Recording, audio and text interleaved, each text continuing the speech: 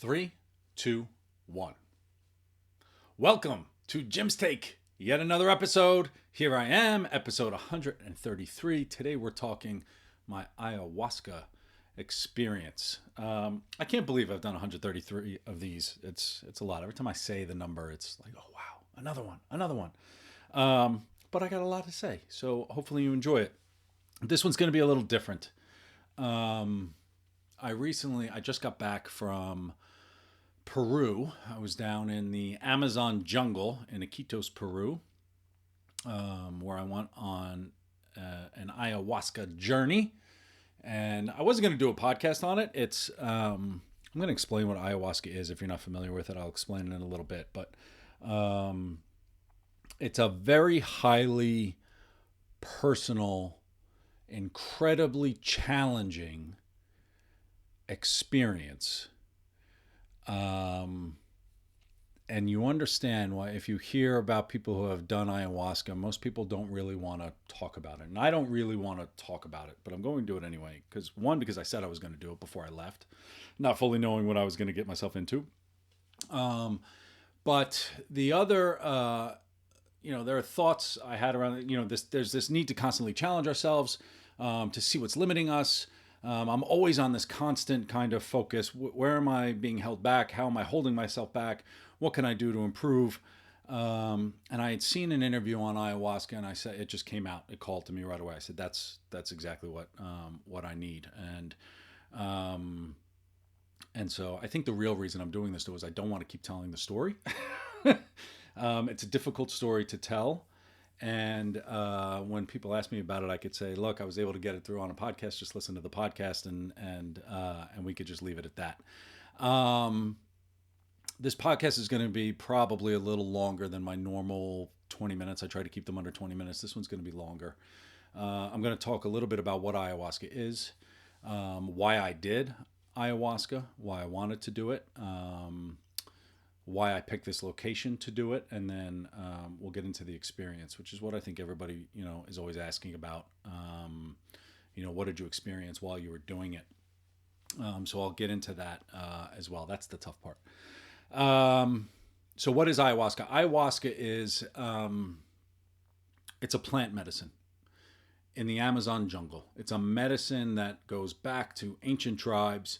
And the authentic tribes still continue to do it. It has psychedelic properties. So basically, I was tripping balls in the Amazon jungle. You drink a cup of this stuff, and you buckle down, and you have about 4 or 5 hours of a journey. And so they call it a journey. And I did 3 ceremonies. There were 4 available. I only did 3 of them. They say it calls to you. When you hear about ayahuasca, this is not, right at the very beginning, if you're thinking about ayahuasca or something like that, you're kind of curious about it. It's a lot of work. It's not this fun it's not a drug. You don't go sit there, even though it does have psychedelic properties. The intention of it as plant medicine is designed to heal you in some kind of way. And what is it? Ayahuasca is this vine that grows in the Amazon, and they chop off a big chunk of it and you mash it up, and then you take these 3 other plants and you rip them up and you boil it for 8 hours, and it creates this highly disgusting drink that is hands down the worst thing I've ever put into my entire. It's effectively like poison. It tastes like stale tobacco juice. Like, take a bucket of cigarettes, put them into this thing, let it sit there for a while, and you drink the juice. It's nasty. And you drink a full cup of it. I didn't. I drank 3/4 of a cup, and then my body couldn't take it for the third, so I only drank a little bit of it. And you drink this drink, and then it's in a very dark. We were in this dark room, big open screens around. It's called a maloka, and I had a chair and I had a mattress, so you can lay on the floor, and you basically sit there for 4 or 5 hours, and you go so deep into your mind, and that's why it's such a highly personal experience. It goes deep into your mind, and you see these different types of things, and there's a lot of interpretation that comes with it, and that's part of the work as well. What does this actually mean? What is it showing you? And in the Maloka, you're there for 4 hours, dark, very, very dark. The shaman sets it up. There's this heart opening ceremony, mind opening ceremony. The shaman comes around to each person. They're blowing tobacco on you, doing this kind of thing. And then you have your chair, your mattress, and most importantly, you have the bucket. And that's what most people ask about with ayahuasca. They want to hear about two things. They want to hear about what vision did you have, and then tell me about the purging. Because ayahuasca is known for the purging. When you drink this stuff and it sits inside of you and it's just so gross, you purge. And the purging takes many forms. The most common one is you just vomit. You're just vomiting into this bucket, getting rid of whatever it is you have to deal with. There are other ways you could purge. Some people, you have to ask for help. They bring you to your room so you can just sit on the toilet. Some people sweat it out. Some people shake. I was shaking immensely. Some people cry. Some people, there's all kinds of different ways to do it. And so for these 4 to 5 hours, you are purging and having visions. And overall, it is just not a fun experience at all. There is nothing, I would say nothing fun about any of it. But as there is this old Latin saying, sine labora nihil, nothing without work. And the learning you get after it really can be life-changing, right? For whatever it is that you need and all of those things. But the entire time you're doing it, you are miserable, right? You basically feel hungover and gross and all of that. I didn't fully appreciate how gross it was going to be. So much so that many people, once they do ayahuasca, they say, that's enough for me. I've had enough. But it was incredibly helpful. So why did I want to do it? There's a lot of different reasons. They say it calls to you. I saw an interview on ayahuasca, someone who had done it, and it's one of those things where it just opens up in front of you and you say, that is something I'm meant to do. I just knew it. I had spoken to a few people who had done it, heard about their experiences, and it just solidified that I needed to do this type of thing. And one of the most important parts of ayahuasca is you go with a very set intention. What do you want ayahuasca to teach you? They call it Mother Ayahuasca. It's the mother of all plants, and it's designed to talk to you in these different types of ways. And you really have to open your mind. You have to surrender to it. You have to be patient. There's all kinds of, the right kind of mental framework to get into it. And you're just surrendering and saying, tell me, I'm part of this journey and give me, tell me what I need to know. And what I wrote up beforehand, because I had to kind of put together a little business pitch for my wife on why I needed to go to the jungles of the Amazon for 10 days away from the family. And there was part of me that just says, people have done this. I need to know what it is. I hate when someone knows something that I don't know. I say, I need to experience this. I need to know, what am I missing? I'm missing something. There's something more. And as it became more real, I had to sit there and say, all right, what's my intention for the plant? And I was reflecting on it, and I realized my intention was, for years, in fact, probably for my entire life, I've never really felt like I fit anywhere. I've been around people. I have friends. I don't stay close to those friends in the way that I should. There's something preventing me from some barrier that I've put up. Why do I not have really close relationships? What's holding me back from success in my business? Do I have these deep-seated fears? What's holding me back? Where do I fit? Maybe once in my life, I remember around 30, I was living in Jersey City, and I lived in a building with these amazing people, and I felt like I fit. These were just amazing humans around me. And I remember sitting there at one point saying, this is where I'm supposed to be. And that was really the only time in my life that I did it. And sure, you have your family and you do these things, but it's not where I'm supposed to be, or at least I didn't feel that way. And I wanted to know why. And so that was my real intention. I wanted ayahuasca to tell me where I fit and help me do that. And so I hopped on a plane, flew down to Lima, took another flight to Iquitos, and I had picked this place. It's called Spirit Quest Sanctuary. It is absolutely the right place to do it. If I ever do ayahuasca again, this is the place I'm going to go. It was filled with these incredible people. This woman, Selva, she's young, very young, 22 years old, but her father started this years ago. She is a Wachuma master, but she also does the ayahuasca. She has this shaman, Don Robert. who's in his 70s. His first ayahuasca experience was when he was 9. And they've created this environment just so comfortable and safe. And, you know, you're completely surrendering to this medicine. You want a place that has this kind of comfort. And it's a little rustic, no hot water. They put you on a strict diet going into it. No pork for 2 weeks ahead of time. It conflicts with it. No red meat. No caffeine. There was no coffee there, which was a little bit of a shock. I think I went into a little withdrawal while I was there.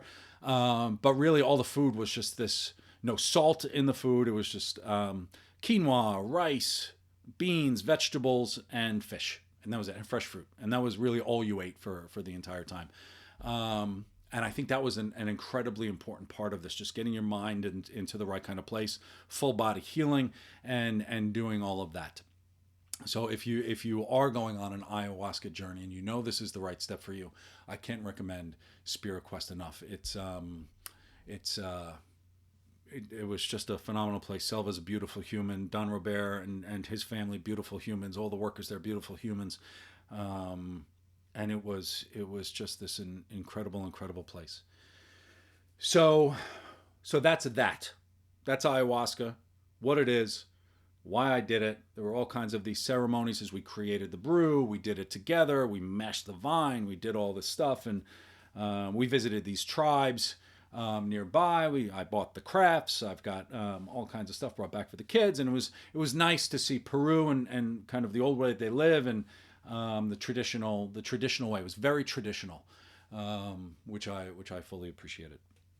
So let's get into the experience. There are 4 ceremonies. I did 3 of them. The 4th one's optional. I was the only one who didn't do the 4th one because my journey had ended. I knew my journey had ended. It was the right kind of place. I also could not stomach any more of that stuff. But the first one we went, I was ready. I was open. I'm like, oh, I can't, I'm not into psychedelics. I don't do any of that stuff. I know there's plenty of psychedelics out there. You've got your psilocybin, you've got your mushrooms, you've got all these different things out there. That's just not me. This is not, it's not something I will do. I will say I do not enjoy the psychedelic experience. Most of the time I wouldn't sit on the mattress or in the chair. I had to sit on the hardwood floor for 4 to 5 hours. I needed to be grounded. Because it's just it wasn't a it's just not for me. But the learnings were good. So the first one was gentle, and I'll talk about what I saw during that and the purging I did through that. The second one was not. You hear about people having a bad trip. This was not, but it was necessary. It was a necessary one. That's the tough one to get through. And then the third one was kind of in between. It was kind of in between, but it brought me to the end. So the first one, drink the drink. You go up the ceremony. You go up with your intention. You drink this nasty drink. You go back. You sit in the chair, and I put this eye mask on to not be distracted, and I just sat and waited for a good 15-20 minutes before something started. And my first vision was really, it was like a level set. It started with these lights started appearing behind the eye mask. I didn't know if my eyes were open and closed for a lot of this. And while you're doing this, you're in this realm, right? You're in this kind of, you're in Earth. You can kind of do it. You've got enough of your head to saying, I need the bathroom. Someone can help you get to the bathroom. So you're not like completely whacked out in this kind of thing. But you're also in another realm. You're deep in your mind. And so I was at the beginning, these lights slowly coming in and out. And I realized that it was stars. I was in space. And these beautiful red and blue wisps were coming up that would just come up and disappear, come up and disappear. And I'm colorblind. So I was seeing colors that I normally wouldn't see. So it was really beautiful. I saw this planets spinning around, lights behind the planets, and I was basically in space. And then I started seeing the faces of animals. A jaguar right in front of me, which is pretty common. And it would go away. This searchlight was going over, and I saw the eye of a dragon was staring at me, and it went away. And then I saw a wolf staring at me through the grass, and you feel like these things are staring, something's watching you. And I attributed that. I said, all right, there must be fears, right? This is what I'm going to be confronting with. The idea of ayahuasca is confrontation. You have to confront whatever's deep in your mind. And so I said, all right, this is what I'm going to be confronting. Tell me more. I'm ready. I was all open to it and everything else. But then they disappeared, and I went into me. And it was a long time focused on my experiences, and my two real drivers of what I do are accomplishment and competition. And so I was having these visions of cyclists on a bike, right? The Ironman. And I attributed that to, why am I always challenging myself into these different ways? I saw a big globe with a big award over it. Like, what am I, I'm cycling to the top of a mountain and doing that. And I was feeling ill, really ill at this point. And I had this kind of awareness that I never felt healthier. This became like a health story for me. And I was never healthier when I was training for the Ironman. So I needed to get back into that. I'm like, all right, check that lesson. Good. And then I found myself on a floor. I saw scoreboards everywhere. And a lot of me subconsciously is really so highly competitive, to the point where it's probably unhealthy. And I think this was a message really around my relationships. And do I not get close to people because I hold myself in just competition with everybody, whether it's family, whether it's friends, or anything, just some kind of judgment or jealousy of, this person's doing something great. How can I do something great? And it's a challenge that I have to get through and I have to work on. So that was that. And I think that impacts my ability to enjoy present moments with people. And then all these other things started appearing. I saw a gremlin, little gizmo, and I saw that as my son JJ. And I was thinking about what happens if you don't take care of a gremlin. What does it turn into? And it was my role as a father, and how can I be just a better father for my kids, and all of these, internalizing the struggles of being a parent, and how do you become present with your kids and their responsibility. And I saw my daughter Isabel; she was so happy, and you see these things, and other things, like I saw myself giving a speech, but as I got closer, I was a clown, and there's self-image kind of challenges, and all of that. So there was a lot to learn in terms of me internally there. But then finally the rap came. This was over hours, right? This is over hours. The rap came was a real health message. I felt this tingling in my left arm with these really sharp pricks, and I could feel my heart. And I knew that I was going to die from a heart attack. Like, that was I just knew it. Like, this is the message. And then it was, I was surrounded by smoke, and it was coming up from below the Maloka. And I had asked the next day, I said, why were the shamans blowing so much smoke on me? And Selva looked at me, she goes, there was nobody blowing smoke on you. That wasn't, I was surrounded by smoke. And I used to be a really big smoker. And I've never really kind of quit smoking. I always crave smoking. And, I quit drinking years ago, if you heard about that. I've talked about that. And so it was purely a health message. And I just retched and vomited. And for the first time in my life, I wasn't craving a cigarette. And it was purely a health message, is that I'm on a path to have a heart attack. And I haven't been healthy. I haven't been living, I haven't been training for the Ironman. I identify as a runner, but I'm not really running. I haven't been doing any of that. Over the past few years, I just haven't been healthy. And that was kind of my message. You need to get back into that, or you will die. Right. And that's it. And so that was healthy intentions, healthy time, be present with family. And that was it. And then it was done. I went to bed. Great. I woke up the next day. I was like, okay, good messages. Felt like garbage because of the ayahuasca, but it was a lot of nice lessons that I knew. But it was really relevant to me. I felt it. I felt the heart attack. I felt like all of these things. And it was scary to a point. It was a little terrifying. It was not something that I wanted. And so I said, okay, right. You reflect on it, you journal, and you say, okay, I can make changes. So I will be doing another Ironman, and I'm going to be jumping back into that. So that was the first one. Almost a false sense of security going into the second one. Sometimes when you do multiple, they can be linked or they could be completely separate. You could change your intention. You could do all of these things. So the second one, I went in and said, all right, I'm ready to learn more. I'm feeling good. And I was excited. What else can ayahuasca tell me? And the second one was not the first one. Um, it was incredibly different, incredibly dark, and incredibly terrifying.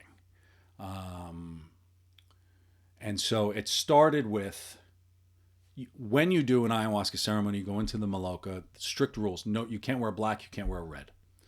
You have to wear white on the top, around your heart. Like they have rules in their tradition, and I respected that.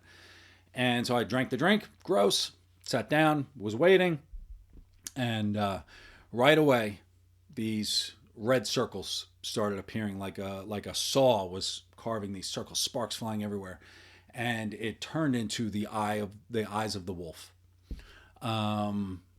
dark red, dark red, and then the full wolf face came, and it was right in front of my face, and it was snarling at me. Um, and it was basically saying, "You're not supposed to be here," right? And it was just this angry kind of thing. And I'm like, "Here we go. This is this is not good." The wolf went away, and a snake was coming up. An anaconda snake was coming up close, but it didn't come too close. But I could tell it was staring at me and sizing me up, and I was feeling judged. Um, and then I was surrounded by yellow jackets the size of my head. So the wolf, the snake, bright red, yellow jackets, yellow and black, massive yellow jackets all around me. And I tried to change my focus. I said, bring me back to the stars, right? Because you could talk to ayahuasca and you could say, I want to do this. When I was on the scoreboard, they had me on a Knicks scoreboard. I said, I want to be on the Rangers. So I ended up being on the ice with the Rangers. I was a Yankee fan. I said, bring me to the Mets. So you can talk about it and change it. You can influence it a little bit. I said, bring me back to the stars. And it wouldn't let me go. The wolf wouldn't let me go. And so the wolf kept coming back. The snake kept coming back, all of these. And so finally I looked at the wolf and I said, okay, it's about confrontation. I said, let's do this. And this is where psychedelics get strange and wild and everything else. I got sucked into the red eye of the wolf. And it opened up the gates of hell. And I guess you could call it Satan, came rising out of hell, and a flood of demons. I was at the gate of hell. A flood of demons came out of hell, towards me. And I fought demons. I fought demons for 4 hours. And it was hard. I was on the floor, shaking uncontrollably. I could barely lift myself. So as you have some kind of confrontation in your ayahuasca, that's when you purge and you throw up into the bucket or you do whatever. And so it took every ounce of my energy as I'm shaking on the floor to put my head over the bucket so I could throw up and then go back down. And so I'm fighting demons. The wolf was taunting me, coming up, taunting me, laughing, snarling, and then disappearing. The snake kept slowly coming by and then disappearing. And then the snake was turning into things to get me to stop fighting my demons. It would turn into a pillow. I was exhausted. Very quickly, I was exhausted with the fighting. And I wanted to take a pillow. I said, no, I can't take a nap. I'm not going to sleep. And it would turn into other things that would just try to get me to stop fighting. And then finally the fighting stopped. And I was having a conversation with the leader of the demons. I guess it was Satan. Call it whatever you want. And he told me, he said, we can stop fighting. You can stop fighting these demons. And we can go back to the way you were before you started this. And the snake was turning into these different things, which I attributed to, I was raised Catholic, so I went into like the deadly sins, gluttony, eat the garbage, sloth, right? All these things, laziness, whatever it is, can I work harder, and all of these types of things. But he said something to me which made me just weep. He said, we can go back to the way you were before you came here. Your life will be so much more pleasurable and much shorter the way you want it. And that was very difficult to hear. It was because it's not what I wanted. I realized that in my subconscious, I'd become a person that was not happy with where I was. And in my subconscious, you eat this food, you do this stuff that was intentionally trying to shorten my life. And I was like, no, very strongly. I said, no, that's not what I want. That's 100% not what I want. Um, and I looked at him and I said, that's not what I want. I need love. I don't know where that came from, but I said, I need love. I said, I want love. I need someone to show me what love is. And I got sucked out. So I was fighting these demons in this big dome, like a thunderdome type of thing. And I got sucked out of it. And I came flying well above it. And it was way down. And I was flying above it in space. And next to it, I could see like feet. And you could follow the feet up into this huge being. And it was this godlike deity. I turned to my left, and it was this female formed deity, which I would attribute to God, and very peaceful, serene, white, who was holding out her left palm. And laying in her palm was my mother in law, who was sleeping in her palm. My mother in law died a year and a half ago, and she was very peaceful, sleeping there. And she presented Joanne to me, and she took the form of Joanne, or Joanne took the form of the deity, and took my hand and led me back into the Thunderdome to battle the demons. And we fought. We fought for a very long time, hours. I killed the yellow jacket, which was nice. But I kept calling for the wolf. The wolf wouldn't come out. I mean, basically, like we were joking about it afterwards. Like I was in Gladiator or one of those movies where I was just screaming out, "Bring me the wolf! Bring me the wolf! I want to fight the wolf!" Because I feel like the wolf was like the big one, but it wouldn't come. And then Joanne next to me stopped fighting and flew above me and put this protective shield around me. And I went into the shield. And I called in my family, my wife, my kids came running in. I said, come in, this is where we're safe. We're safe in here. And all I could hear was, this is love. Like, I am love. This is love. This is where love is. And it was just repeated over and over again. And demons were crashing in. I could hear it in the Maloka. Like, I didn't know what was real or not. Banging in the Maloka. Wood was splintering, but it wouldn't break. And it was just banging. And then we flew out of the dome. And we were floating above the dome, and we made a series of diving bombs, and you could hear like music playing and all that stuff. Like it was the big final battle, and I was exhausted, and I was trying to pull myself up to get ready for the final battle. And we'd veer off at the end. I never got the final battle. Like 10 times we went down. Never got the final thing. And eventually I just passed out. I fell asleep. The next thing I know, I woke up in the Maloka. Nobody was there. I was still kind of woozy and out of it. I had to stumble back to my room. But as we were flying around, it was this message that, you know, you will fight demons your entire life if you allow yourself to live in a place with demons. And what she had shown me was living in this place of love.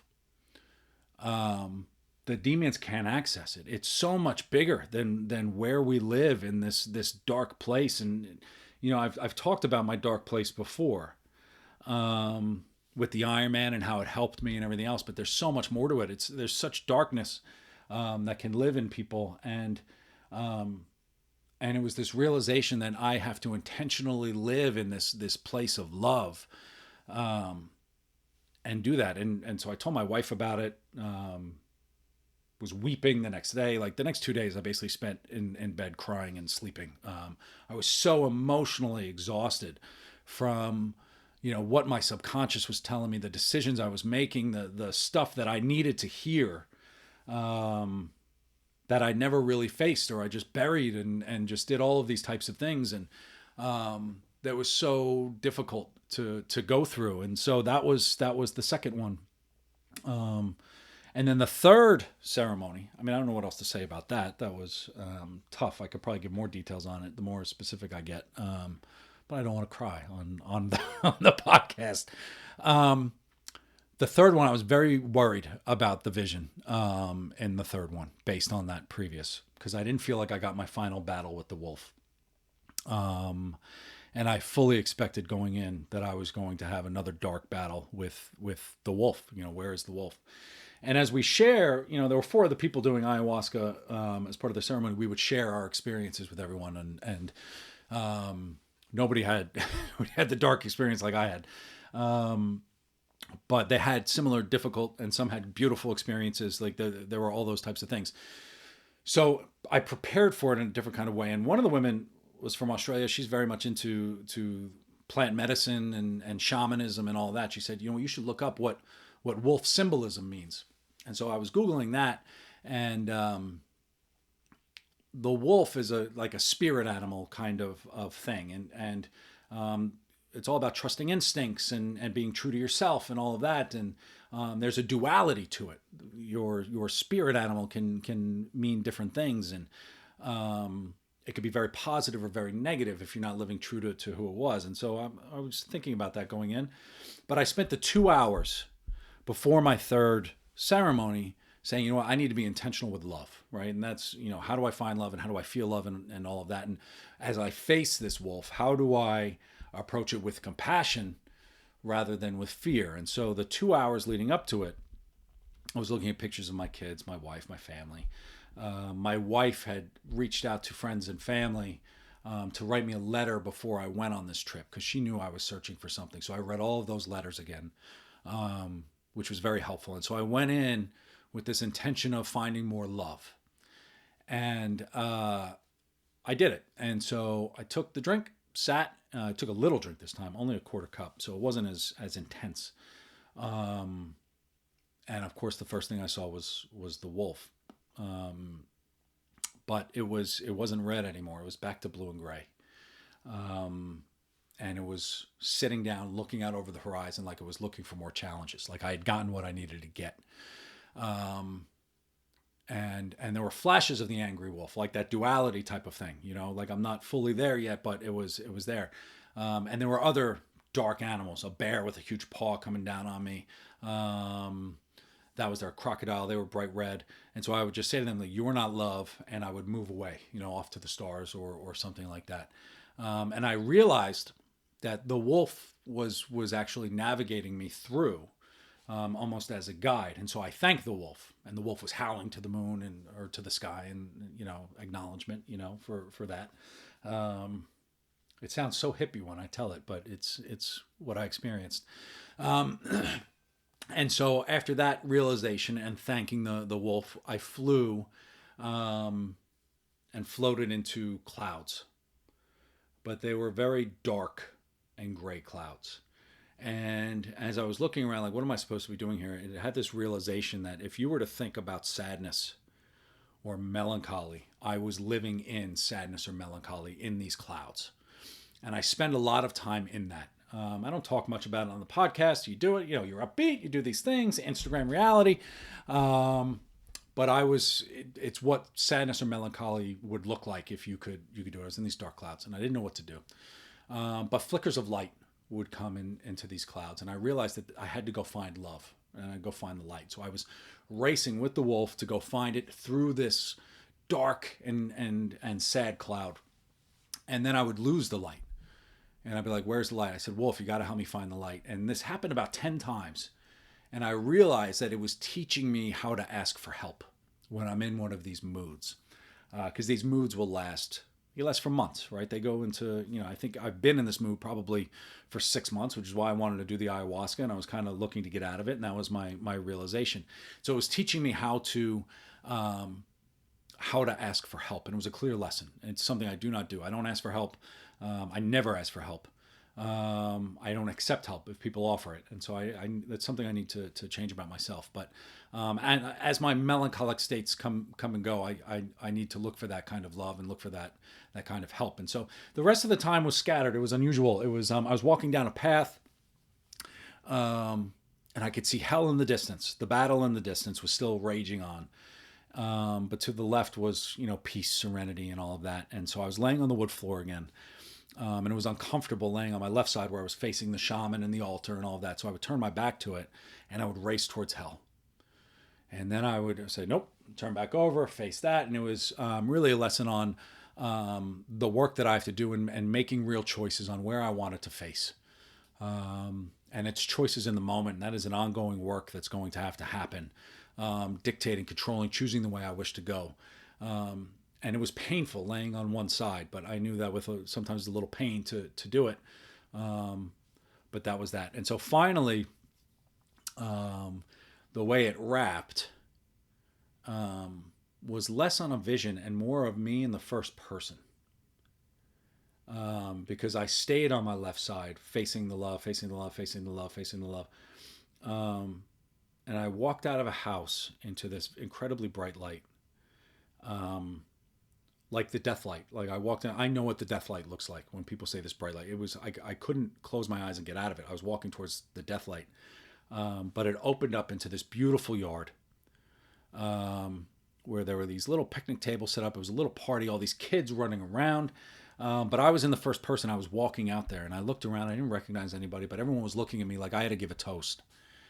And it ended abruptly as I was having the realization that this was a birthday party for me when I'm old. And those kids were my grandkids. And by living with love and making the choices, I was going to have the long and happy life that I wanted, with that intentionality. I tried going back to that place throughout the rest of the thing. I couldn't get back there. Um, and I had other kind of visions and everything too, but they weren't good. It was more of realizations and reflecting for the end of the ceremony. But that was the wrap of ayahuasca, and the wrap of the learning was my intentional choices. If you want to live the good life that you say you want to live, you have to feel it in this kind of way. You have to go search for it. You have to intentionally live in this place of love. And the only fear I had, there was only one time I got scared. This major thunderstorm started. We're in the rainforest, so there's tons of rain. While I was, tripping, and I didn't know if it was real or not, this crazy thunder. The thunder would happen and hell would come closer. But that was actually really happening outside of the Maloka. But that was it. So it really took me on. When they say ayahuasca is a journey, it was a journey.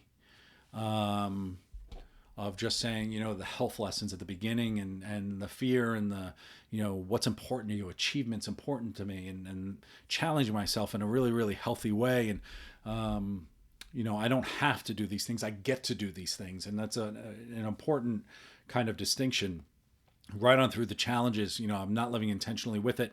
And then by living intentionally with it, I would get to that type of place. And so I've got lots to think on and reflect and do. And so I learned I've got a wolf spirit animal. Maybe that'll be my next tattoo. Untamed and wild. I hate rules. I have to trust my instincts.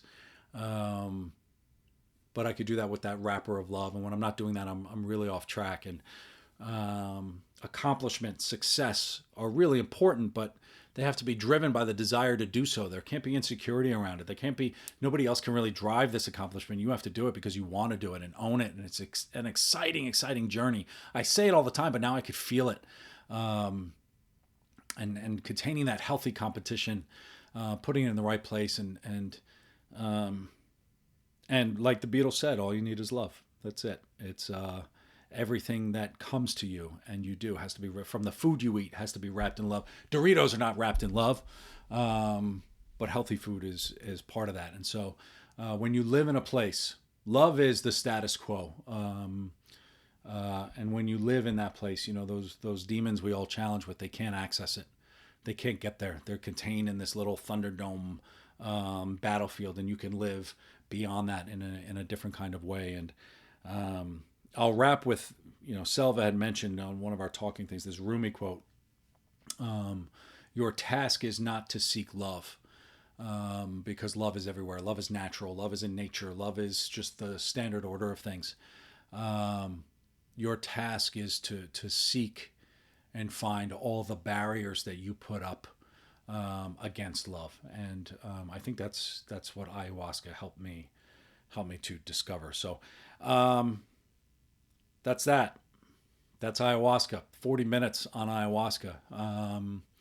A challenging experience, an emotional, highly emotional and exhausting experience, but one that will fundamentally change you. If you're feeling the calling, I would recommend it to people who are feeling the calling and want to go. And I would recommend Spirit Quest. I would not recommend someone, to just do it. It's a challenging thing to go through, and you have to want it.